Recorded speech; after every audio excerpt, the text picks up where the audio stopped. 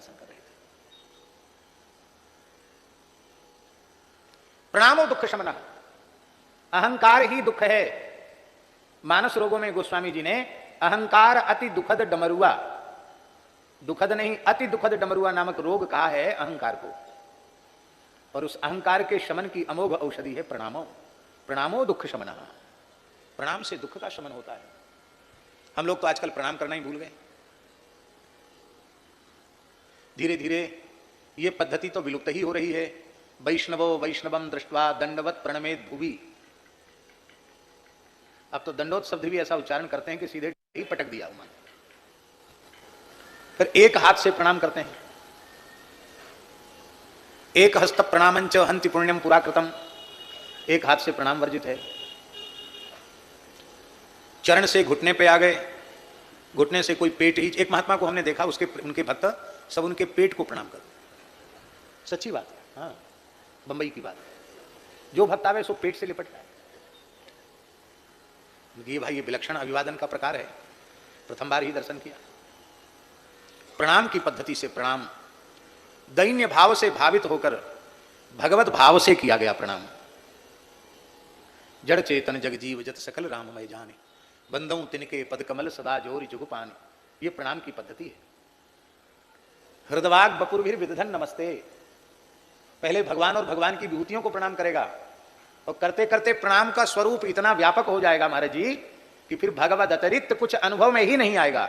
और सबके सर्वभूत सिर नमित सूर भजनानंद भागी, ना भाजी के शब्दों में सर्वभूत सिर नमित, सबको देखकर मस्तक सहज ही झुक जाएगा। आजकल एक बड़ी चर्चा चली है स्वामी जी महाराज जी कि हम तो इतने बड़े हैं, हम उनको प्रणाम क्यों करें, वो हमको क्यों करें। इस तरह की बात है। प्रणाम करने पर भी आपत्ति होती है, ना करने पर भी आपत्ति होती है, करने पर भी आपत्ति होती है। लेकिन हमारा अपना लिखा हुआ श्लोक हम नहीं बोल रहे हैं, भगवान कृष्ण द्वैपायन व्यास जी की वाणी बोल रहे हैं। उसमें भी श्रीमद् भागवत का वाक्य बोल रहे हैं, उसमें भी भगवान के मुखारविंद से निश्चित वाक्य बोल रहे हैं। एकादश स्तंभ में विसृज्य स्मयमानान् स्वान् व्रीडाञ्च लौकिकीं प्रणमेत् दंडवद भूमौ आश्वचांडाल गोकरम। यतियों का धर्म क्या है, मुमुक्षुओं का धर्म क्या है? बोले अपने स्मय को, अपने मान को, अपने अभिमान को त्याग करके, लौकिकी लज्जा का भी परित्याग करके, ब्रीडाम स्वाम लौकिकीम ब्रीडाम च परित्यज्य, लोक की लज्जा को, अरे किसको प्रणाम कर लिया। प्रणमेत विधिलिंग का प्रयोग है। विधिलिंग का अर्थ क्या है?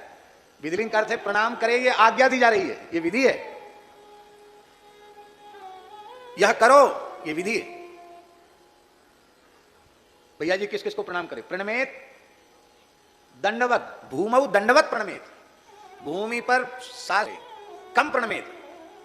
आश्व चांडाल गोखरम, आ माने आंग उपसर्ग है, आसमंतात, श्वा माने कुत्ता, चांडाल, गो माने गाय, खर माने गधा। गाय गधा कुत्ता चांडाल जो सामने आवे सबको धरती पर लौटकर साष्टांग प्रणाम करें। हम भी बोल रहे हैं पर हम ऐसा करते नहीं। कोई करने लग जाए तो उसे लोग समझेंगे कि इसका माथा फिर गया है, पगला गया है, इसको यह भी बोध नहीं किसको प्रणाम करना किसको नहीं करना।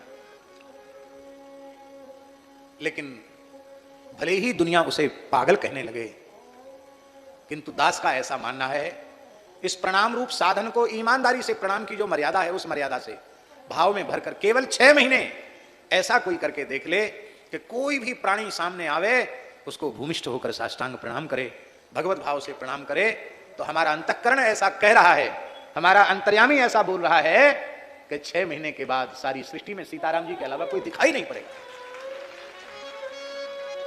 लेकिन हम तो प्रणाम करना ही भूल गए। हृदवाग्पूर्वी विदधन नमस्ते जीवेत, यो जीवेत, जीवेत का अर्थ महाराज जी यहां दास को ऐसा लगता है जीवेत का अर्थ कालक्षेप से है। इस प्रकार की पद्धति से जो वैष्णव अपना कालक्षेप करता है सएव मुक्ति पदे दायभाग भवति, वही मुक्ति पद का अधिकारी। दाय भाग का अर्थ है जैसे पुत्र अपने पिता की संपत्ति का स्वाभाविक अधिकारी होता है, जैसे सत शिष्य अपने गुरुदेव की संपत्ति का स्वाभाविक उत्तराधिकारी होता है, ऐसी वह मुक्ति रूपी संपत्ति का अधिकारी बन जाएगा।